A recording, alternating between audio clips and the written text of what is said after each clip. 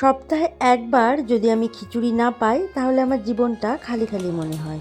খিচুড়ি আমি অনেক রকমভাবেই বানাই, আর আমার এই খিচুড়িটা বেশ খুব ভালোই লাগে। আমি চেষ্টা করি কয়েক রকমভাবে খিচুড়ি বানাতে। অনেকে খিচুড়িকে একঘেয়ে খাবার বলে তুলনা করে, কিন্তু এটাই সত্যি যে খিচুড়ি সঠিকভাবে বানালে তাহলে খুবই ভালো লাগে খেতে। অনেকে অনেক রকমভাবেই খিচুড়ি বানায়, তবে খিচুড়ির আমার একটা বিশেষ রেসিপি আছে যেটা আমি তোমাদের সাথে শেয়ার করছি।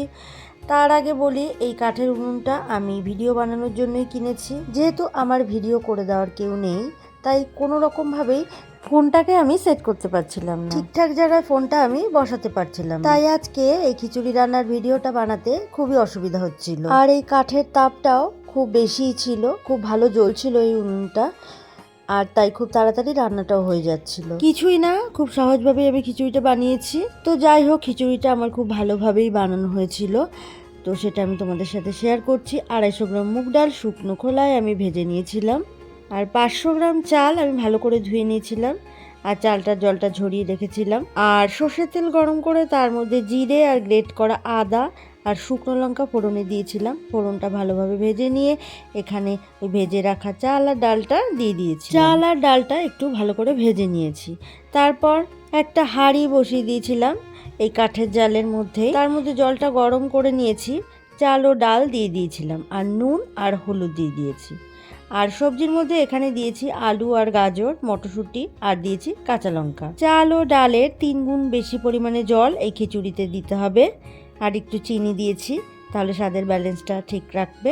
যতটা চাল আর যতটা ডাল তার 3 গুণ বেশি জল দিলেই, আর কোনো রকম কোনো জল দিতে হবে না। চাল আর ডালটা পুরোপুরি সিদ্ধ হলে নামিয়ে নিয়েছি, আর তার মধ্যে আমি একটা বিশেষ ফোড়ন দিয়েছি, আর এই ফোড়নটার জন্য খিচুড়ির স্বাদটা বাড়িয়ে দেবে।